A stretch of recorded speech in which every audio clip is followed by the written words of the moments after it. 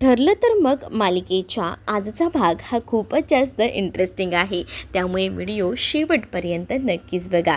चला तर मग आजच्या भागाला सुरुवात करूया. सगळ्यात आधी आपण पाहतो की इकडे प्रिया जी आहे ती मुद्दामूनच ते ब्लड बघायला आलेली असते, कारण तिला ब्लडमध्ये चेंजेस करायचे असतात आणि त्यासाठी तिची धडपड सुरू असते. त्यातच तिथे अश्विन आलेला असतो आणि अश्विन हे सगळं पाहतो. तर अश्विन जेव्हा हे सगळं बघतो ना, तेव्हा त्याच्या लक्षात येतं की काहीतरी गडबड आहे. मग अश्विन तिला डान्स करण्यासाठी म्हणून तिकडनं घेऊन जातो. अर्जुन सायलीचं बरोबर इकडे मात्र प्रियाकडे लक्ष असतं. तर आता जेव्हा अश्विन प्रियाला बाहेर घेऊन येतो तेव्हा तिच्या गालाला रंग वगैरे लावतो.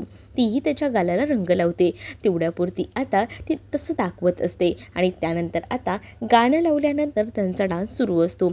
पण प्रिया आणि जेव्हा अश्विन डान्स करत असतात ना, तेव्हा सायलीला प्रियाच्या वागण्यावरनं तिचं जे काही रूप आहे यावरनं सरळ कळत असतं की तिची ही सगळी नाटकं चाललेली आहेत ती. आणि म्हणूनच ना आता ती दोघंही जणच म्हणजे अर्जुन आणि सायली हे दोघंही जण प्रियाकडे एकटक बघत असतात. प्रिया आता अश्विनसोबत डान्स करत असते, तर आजूबाजूला सुद्धा सगळीजण गाण्यावर नाचत असतात. तर इकडे आता छान असं रोमॅन्टिक गाणं लागलेलं असतं. तर अर्जुनला सुद्धा राहवत नाही. अर्जुनही आता सायलीला जवळ घेतो आणि सायलीसोबत डान्स करू लागतो. अर्जुन जेव्हा सायलीसोबत डान्स करत असतो ना, तेव्हा मात्र आता इकडे अश्विन आणि प्रिया यांचासुद्धा डान्स सुरू असतो. तर अर्जुन आणि सायलीसुद्धा सगळेच जण म्हणजे घरातले सुभेदार कुटुंब यांच्याकडे बघूनच ना खूपच जास्त खुश असतात, कारण त्यांना खऱ्या अर्थाने आज कितीतरी दिवसाने एकत्र कुटुंब याचं एन्जॉय करताना दिसत असतं. त्यामुळेच आता कल्पना त्यासोबत प्रताप पूर्ण आजी खुश असतात. इकडे सायली अर्जुन डान्स करत असतात, तर इकडे आणि प्रिया हे दोघंही जण बाजूला उभं राहून हे सगळं काही बघत असतात. तर दुसरीकडे आता पूर्ण आजी ही खुश असते, पण सायली आणि अर्जुनला आता उत्सुकता असते त्या रिपोर्टची. अर्जुन पुन्हा एकदा सायलीच्या गालाला रंग लावतो. तर सायलीसुद्धा आता सगळ्यांसमोरच अर्जुनला घट्ट मिठी मारते. आता प्रिया बघते की कोणाचंही लक्ष नाही आहे, तोपर्यंत आपल्याला चांगली संधी आहे. तिथे एक अशी ब्लडची बॅग ठेवलेली असते आणि त्यावर नावंही ठेवलेली असतात. ते नाव काढायचा प्रयत्न आता ती करत असते. तिला असं वाटतं की आपलं ब्लड ग्रुप कोणी टेस्ट करू नये, पण आधीच अर्जुन आणि सायलीने दिमाग लावत आता तिचं ब्लड ना सॅम्पल जे आहे ते बाजूला काढून ठेवलेलं असतं. तिचं ब्लड सॅम्पल बाजूला काढून ठेवल्यामुळेच ना आता अर्जुन आणि सायली खूप जास्त रिलॅक्स असतात. जरी प्रियाने काही केलं ना तरीसुद्धा या सगळ्याचा काही फरक पडणार नाही आहे या गोष्टी त्यांना माहिती असतात. आणि म्हणूनच तर आता अर्जुन आणि सायली मजा घेत असतात.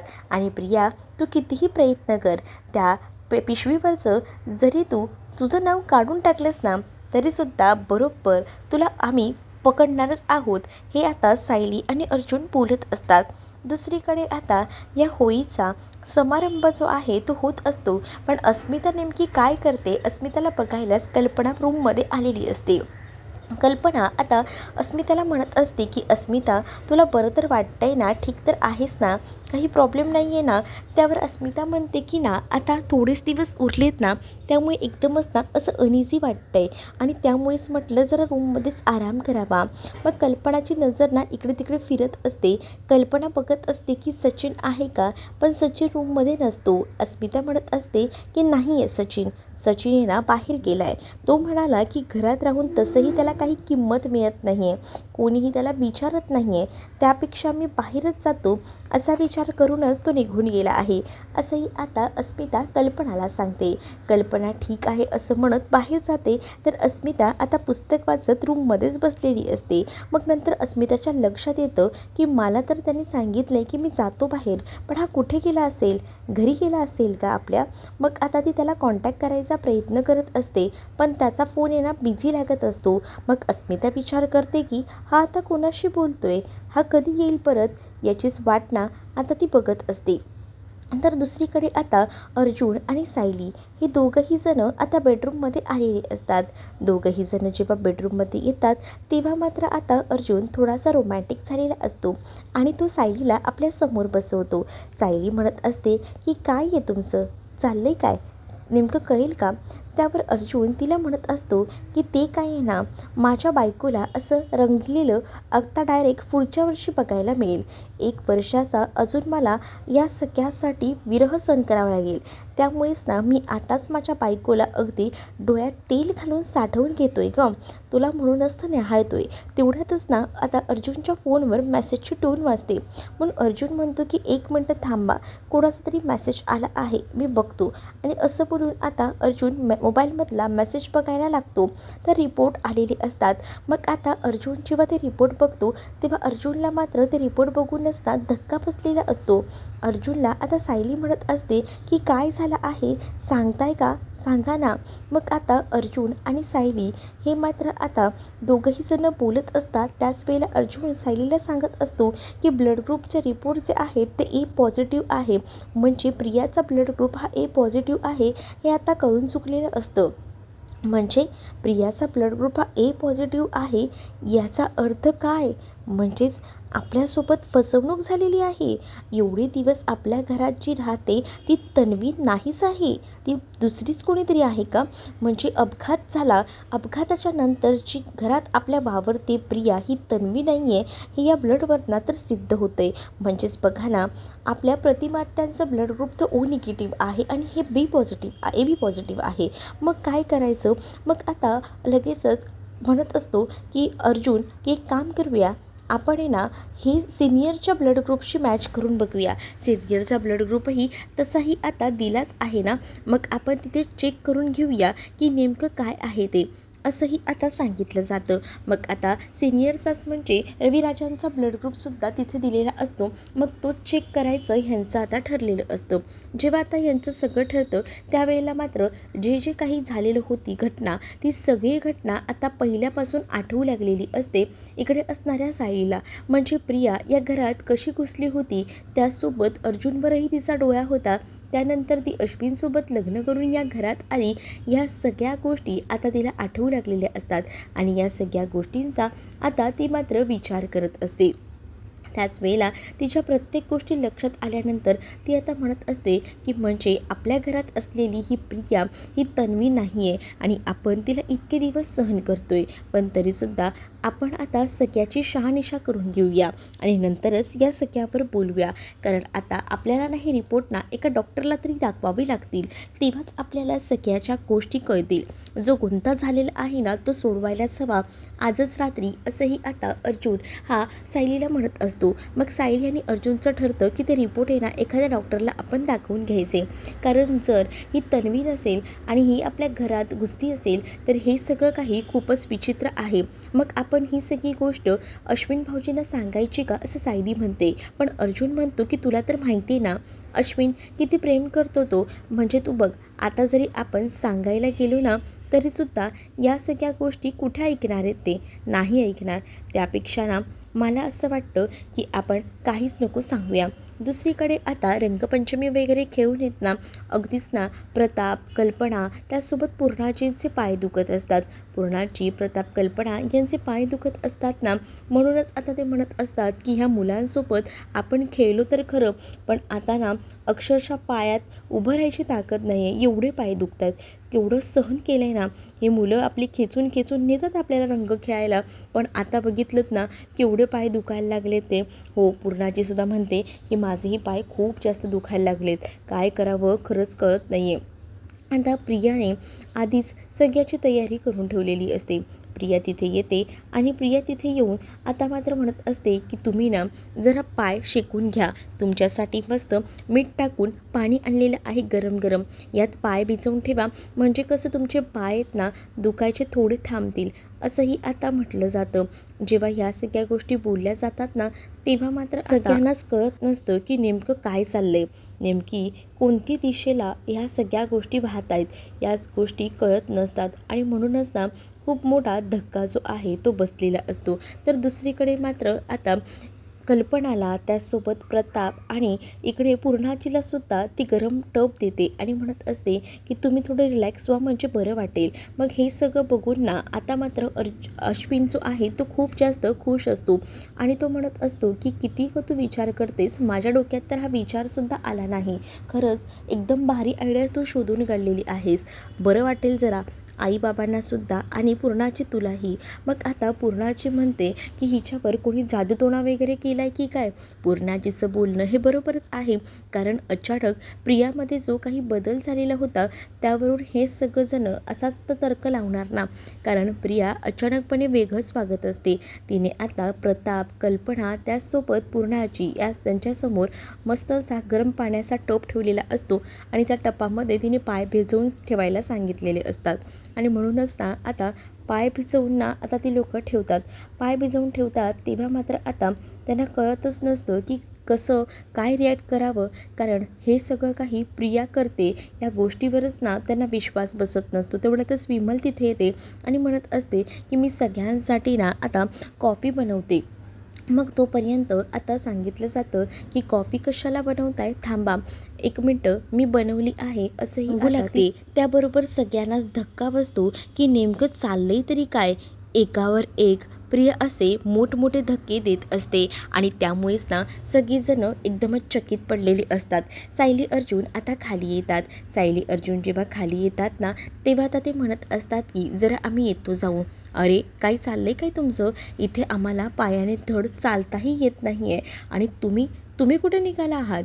अगं जरा बायकोला बाहेर घेऊन जातो गं डेटवर, जरा तेवढाच रोमांस आमच्यात अजूनही ताकद आहे हं, आम्हाला अजून असं गळल्यासारखं झालेलं नाही आहे असंही आता तो म्हणत असतो. मग बायकोला घेऊन जातोच आहेस बाहेर तर मस्त एन्जॉय करून या, चालेल. पण आता प्रिया विचार करते की एवढ्या रात्री हे दोघंही जण एवढे कुठे निघाले आहेत, हा विचार ना आता आलेला असतो. त्याच वेळेला आता कल्पना आणि त्याचसोबत प्रताप म्हणतात की जा बाबा जा, इथे काही थांबू नका, नाहीतर आम्हाला तुमचा रोमांस इथेच बघावं लागेल. आता इथे सचिन आलेला असतो. तो साक्षीला वगैरे भेटून आलेलाच असताना सचिन जो आहे तो आता येतो तेव्हा अस्मिता त्याच्याशी बोलत असते. अस्मिता त्याला विचारते की काय रे तू कुठे होतास, तुझा फोनही लागत नव्हता, तू रिटर्न कॉलबॅकही मला केला नाही. अगं काही नाही, सहज बाहेर गेलो होतो. तसंही आज घरामध्ये बघितलंच ना, कोणीही मला इथे काहीच विचारत नाही, माझ्याशी बोलत नाही, म्हणूनच मला थांबायला ना कसं तरी वाटत होतं. म्हणून मग मी विचार केला की जातो त्यापेक्षा मी बाहेरच बरा, असाही विचार करूनच ना मी बाहेर गेलो. पण आता जरा मला बरं वाटतंय बाहेरून जाऊन आल्यानंतर. आणि तुलाही माहितीच आहे की तुझ्यासोबत मला रंगपंचमी काही खेळता येणार नाही आहे, कारण प्रेग्नेंट आहेस आणि त्यामुळे तुला त्या सगळ्या गोष्टींची पुन्हा ॲलर्जी होईल, त्रास होईल आणि यासाठी मी असा विचार केला की तुझ्यासोबत नको रंग वगैरे खेळायला. मग अस्मिताला असं वाटत असतं की हा समोरूनच बोलेल आपल्याला की आपण धुळवड वगैरे खेळूया, पण त्याने नाही म्हटलेलं असतं आणि त्यामुळेच ना अस्मिताचा मूड थोडा ऑफ होतो. अस्मिताने कलर तर आणलेले असतात पण त्या कलरचा आता काही उपयोगच होणार नसतो. अस्मिताने नॅचरल असे कलर आणलेले असतात, पण या सगळ्यामध्ये आता अस्मिता जी आहे ती थोडीशी नाराज झालेली असते. ती आता विचार करते की काय करू, काहीच ऑप्शन नाही आहे. पण ह्याच्या वागण्यामध्ये थोडेफार बदल ना अस्मिताला जाणवत असतात. म्हणूनच आता अस्मिता जी आहे ती आता विचार करत असते. तर दुसरीकडे मात्र आता प्रिया, अस्मिता आणि त्याचसोबत सचिनचं बोलणं ऐकते आणि त्यामुळेच ना तिला आता लक्षात येतं की ह्या दोघांमध्ये पुन्हा एकदा काहीतरी झालेलं आहे आणि आता आपल्याला चांगली आयती संधी मिळालेली आहे, तर त्या संधीचं आपण सोनं करायला हवं असाही विचार ना आता तिच्या डोक्यामध्ये येत असतो. म्हणूनच आपण हिला आपल्या बाजूने वळवून घेऊया असं ते ठरवते. दुसरीकडे मात्र आता ब्लड रिपोर्ट आणि सायली डॉक्टरांकडे गेलेले असतात. रविराज त्याचसोबत इकडे मात्र आता प्रतिमा आणि प्रिया ह्यांचे ब्लड ग्रुप ते दोघंही जण डॉक्टरांना दाखवतात आणि जेव्हा ब्लड ग्रुप दाखवतात ना तेव्हा मात्र ब्लड टेस्टचे रिपोर्ट दाखवल्यानंतर यावरून हे सिद्ध होतं की रविराज आणि प्रतिमा यांची मुलगी तन्वी म्हणजेच आता जी वावरते प्रिया ती नाही आहे. म्हणजेच प्रियाचा ब्लड ग्रुप जो आहे तो AB पॉझिटिव्ह आहे. रविराजांचा अश्विनचा ब्लड ग्रुप जो आहे तो फक्त ए आहे आणि ओ निगेटिव्ह हा प्रतिमाचा ब्लड ग्रुप आहे. मग डॉक्टर त्यांना व्यवस्थितपणे समजावून सांगतात. डॉक्टर आता म्हणत असतात की ह्या सगळ्या केसमध्ये हेच दिसून येते की तुम्ही जे म्हणताय की ह्यांची मुलगी ही आहे, तर हे असं असणं शक्यच नाही. कारण ब्लड ग्रुपचं असं असतं की जेनेटिक असतं. जे आपल्या आईवडिलांमध्ये असतं तेच मुलांमध्ये असतं. एखाद्या वेळेला आईचा ब्लड ग्रुप असतो किंवा एखाद्या वेळेला वडिलांचा, पण इथे दोघांचाही ब्लड ग्रुप नाही आहे. याचा अर्थ ही ह्यांची मुलगी नाही आहे, हे आता सिद्ध झालेलं असतं. डॉक्टरांकडनं एवढी महत्त्वाची गोष्ट जेव्हा आता सायली अर्जुनला समजते ना, तेव्हा मात्र आता सायली अर्जुनचा संताप होतो. आतापर्यंत त्यांना राग तर येत होता, पण आता तो राग जो आहे तो आता डबल वाढला होता. कारण त्यांना कळून चुकलेलं होतं की या सगळ्याच्याच मागे ना ही तन्वी आहे, म्हणजेच प्रिया या घरात उगाचच घुसलेली आहे, ही गोष्ट आता लक्षात आलेली असते. त्यामुळे सायली अर्जुन आता जेव्हा ही गोष्ट कळते तेव्हा या सगळ्याचा विचार करू लागतात. त्यांना आता कन्फर्म झालेलं असतं की आपल्या घरात जी राहते ती तन्वी नाही आहे, तिला कोणीतरी मुद्दाम या घरात पेरून ठेवलेलं आहे, या घरात आणून ठेवलेलं आहे. हा देखील विचार ना आता येऊ लागतो. सायली अर्जुन जेव्हा डॉक्टरकडनं बाहेर पडतात तेव्हा मात्र बघतात आणि मग अर्जुनची खूप जास्त चिडचिड होत असते. अर्जुन आता म्हणत असतो की मला ना असा राग येतोय ना, आताच्या आता त्या तन्वीला घराबाहेर काढायचं मन करते, पण असं सगळं करून काहीच होणार नाही आहे. कसं काही घराबाहेर काढू शकणार आहे आपण? आपल्याकडे अजून बरेच पुरावे हवे आहेत, आपल्याला हे तर कळलेलं आहे. पण तरीसुद्धा आता राग हा खूप जास्त अर्जुनला येत असतो. दुसरीकडे सुमन, प्रतिमा आणि रविराज हे रूममध्ये बसलेले असतात. रविराज आता म्हणत असतात की मला असं वाटतंय ना, आपण बराच दिवस इथे राहिलो आहेत, आता आपण जायला हवं. पण दुसरीकडे प्रतिमा विचार करत असते. प्रतिमा एवढं विचार करत असते, त्याच वेळेला तिला रविराज विचारतात की काय झालं आहे. सुमनही विचारते. त्याच वेळेला सुमन जी आहे ती आता सांगू लागते की खरं तर ना मलासुद्धा कळत नाही आहे की वहिनींना काय झालं आहे. तर प्रतिमा सांगत असते की मला कळत नाही आहे, मला इतकीच माझी तब्येत खालावली होती, मला बरं नव्हतं. पण त्यावेळेलासुद्धा माझी तन्वी जी आहे ती आपली पोटची मुलगी आहे, पण ती मला रक्त द्यायला आली नाही, त्याचाच मला जास्त त्रास होतो आहे. मला कळत नाही आहे की काय करावं ते, म्हणूनच मला थोडं टेन्शन आलं आहे, असंही आता सांगितलं जातं. जेव्हा एवढ्या गोष्टी जेव्हा आता प्रतिमाला कळतात की जाऊ दे, एवढा विचार करू नका, तुम्हाला तर माहिती आहे ना, ऐन वेळेला रक्त द्यायला तर आपण मानलेली मुलगी सायली तीच आली. आपण कधी कधी म्हणतो ना की जवळचीच माणसं आपली असतात जी आपल्या उपयोगी पडतात. अगदी तसंच झाले बघा. बघितलंत ना, म्हणजे आपल्यासाठी किती धावून आली सायलीने आपल्यासाठी आजवर खूप काही केले आणि आताही बघितलंत ना, तुम्हाला तिने रक्त दिलं, ही किती मोठी गोष्ट आहे. मग आता सुमनही म्हणत असते की बराच दिवस आपण इथे राहिलो, मला असं वाटतं ना की आपण आपल्या आता घरी जायला हवं. आता होईही झाली आहे. मग सुमनचं हे बोलणं इथे प्रतिमा आणि रविराजांना सुद्धा पटत असतं. मग तेही विचार करतात की नको, बरोबर आहे सुमन जे बोलते ते, खूप दिवस झाले आपण इथे आहोत, आपण आता निघायला हवं, आपल्या घरी जायला हवं. कारण आता सुमनही बऱ्यापैकी ठीक झालेली असते आणि त्याबरोबर प्रतिमाची सुद्धा तब्येत आता बरी असते, म्हणूनच आता त्यांचं हे ठरलेलं असतं. पण दुसरीकडे प्रतिमाच्या मनामध्ये तेच असतं की मला तन्वी रक्त द्यायला का नाही आली, कारण ती तर माझ्या पोटची मुलगी आहे ना, तिलासुद्धा वाटलं पाहिजे होतं की आईला धावत जाऊन रक्त द्यावं, पण त्यावेळेला ती आली नाही. पण रविराज आता प्रतिमाला शांत करत असतात. इतकं वाईट वाटून घेऊ नको असं बोलून तिला समजावत असतात. तर दुसरीकडे मात्र आता प्रतिमा तरीसुद्धा नाराज असते, पण आता रविराजांनी समजवल्यामुळे थोडं का होईना तिला बरं वाटत असतं. इकडे आता प्रिया रूममध्ये गेलेली असते. रूममध्ये प्रिया जेव्हा जाते तेव्हा अश्विन तिचं कौतुक करत असतो. अश्विन म्हणत असतो की खरंच ना, आजकाल मी तुझ्याकडे बघतोय, तुझ्या वागण्यात सगळ्या बोलण्यामध्ये बदल झालेला आहे आणि तुझं हे वागणं बघूनच ना मला एक गोष्टीची खात्री पटलेली आहे की तू आता बदललेली आहेस आणि तू घरच्यांची सगळ्यांची काळजी घेतेस ना, यावर ना मी हे सगळं बोलतोय. आणि असं बोलून तो तिला जवळ घेतो. त्यावर मात्र ती मनातल्या मनात म्हणत असते की हे सगळ्यांना मला पैसे हवेत ना, म्हणून चाललं आहे. एकदा का माझ्या पारड्यात पैसे पडले का एकेकाला दाखवते ना मी काय चीज आहे ते, असंही ती आता मनातल्या मनात बोलत असते. कारण तिला पैशांसाठी तर तिने हे लग्न केलेलं असतं. तिचं काही त्या अश्विनवर प्रेम वगैरे काहीच नसतं. सगळे नाटकं चालू असतात आणि हे अश्विनला काही कळत नसतं. अश्विनला असंच वाटत असतं की किती प्रेम करते ही माझ्यावर, असाच तो आता विचार करत असतो. दुसरीकडे मात्र आता अश्विन हा प्रियाला जवळ घेतो आणि प्रियाला म्हणतो की तुझं हे वागणं आहे ना ते मला आवडलं आहे आणि तुझ्या वागण्यात ना मला तर असं वाटतं की आता बदल करू नको. घरातल्या सगळ्यांनासुद्धा हळूहळू तू आवडायला लागलेली आहेस, तुझी सवय होत आहे आणि त्यामुळे तू अशीच राहा. प्रिया म्हणत असते की ठीक आहे मी येते पटकन जाऊन आणि असं बोलून प्रिया निघून जाते. तेवढ्यातच ना प्रियाचा मोबाईल तिथेच असतो. प्रियाचा फोन वाजत असतो. अश्विन तिला हाक मारत असतो पण प्रियाचा फोन तोच घेतो आणि मग तो रिसीव्ह करतो.